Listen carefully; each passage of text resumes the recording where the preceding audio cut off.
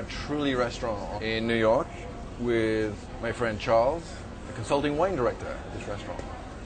And we're here to talk about this, grappa. We have grappas, which are clear grappas, which are the traditional type of grappa. We have the grappas, which have been aged in barrique barrels, which in a way are somewhat like cognac. So we have all different types from all different grapes. I think people will be surprised to see grappas that actually have color, because I think most of us drink, we started drinking grappa, they were clear, like rum. Yes. So these very sort of, now we're seeing, with rum, like as with rum, we're seeing these drinks appear that are colored like Armagnac. Have this dark amber color and also have a completely different flavor profile. Remember that back in the old days, that grappa was sort of a throwaway. When the landowner gut rot. Yeah. Yes, just threw it away. They would take the leftovers, they would distill it, and of course it was white. But then, as grappa became popular, was put in fancier bottles. But the real thing is not the bottle, the shape of the bottle, but what's in the bottle. Nonino was one of the Grappa, a very wonderful family from Friuli, were one of the first to take the grappa and make it from one grape.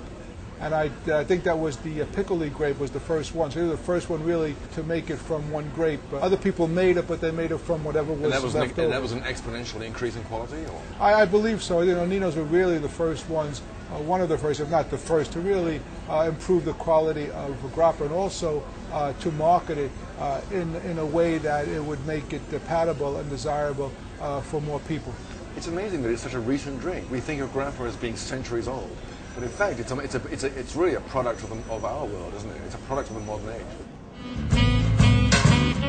You age grappa for all these years in these barrels that no one else thought of really doing before. They didn't have the time to do it. Yeah. You do have a completely different product.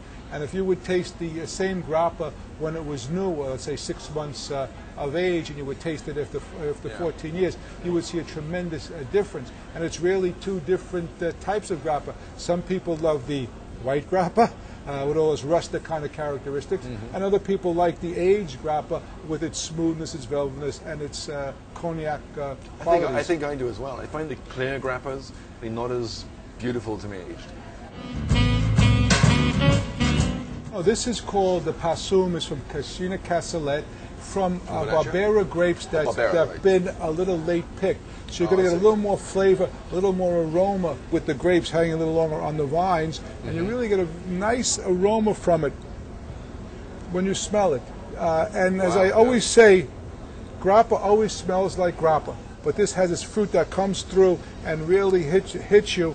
Wow, it's really strong on the nose, isn't it? And if you taste it, it's not so alcoholic as a lot of them are very powerful. There's like a whoosh of alcohol that goes up your nose. Yes, this one doesn't hit you like that. This is a very subtle aromatic drink, isn't it? Yes. It's not, there's no alcoholic harshness to it.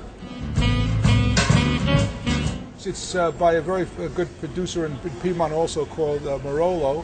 You can see by the color, of course, that this has been aged, like Barolo itself is made from the Nebbiolo grape, one of the great grapes of Italy. And if we smell this one, you'll see the edge has been taken off it somewhat, so it doesn't really...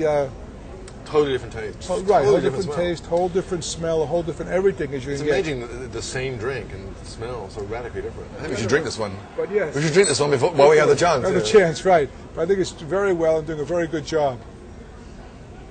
It's actually a beautiful grappa, really amazing. It's very good. I think we may have passed our limit because the Italians say one grappa after dinner. This is before dinner, Before Charles. dinner. It's not I'm after sorry. dinner. We've had two before. This is the Piccoli grappa. Piccoli is a dessert grape from Friuli, and I think this is the first one that Nonino vinified as grappa from a single variety. Like people tell me, like, grappa all taste the same. That's true. It does have an underlying taste to it, which is the same. These are very different. But the taste to them, depending upon what grape you're using, depending upon how it's vinified, depending upon what the grappa maker wants to do with it, you do have very different flavors in the well, I can smell. in the this grappa. this has like a chocolatey smell. Yes, it's very, very different. So that shows actually how sophisticated it's become, that these drinks are now being delineated very carefully. Yes. They have very different styles, and they have very different aromas. You can now have your pick again, aged grappa or regular grappa, but also different styles, different varieties. Many years ago, I would take some grappa and put it into my orange juice to get me jump-started. That was after the orange juice, what the Italians call caffè corretto, which is wonderful. They take a little grappa and put it in their coffee in the morning, and it really gets you started, I think. No, it warms you up, but after a meal, I think there's nothing better than grappa. Well, I want to thank you because you have really introduced me to this drink, which I didn't know before, and I feel like I've been inducted. Thank you. As they say in Italian, sempre piacere. The pleasure is all mine.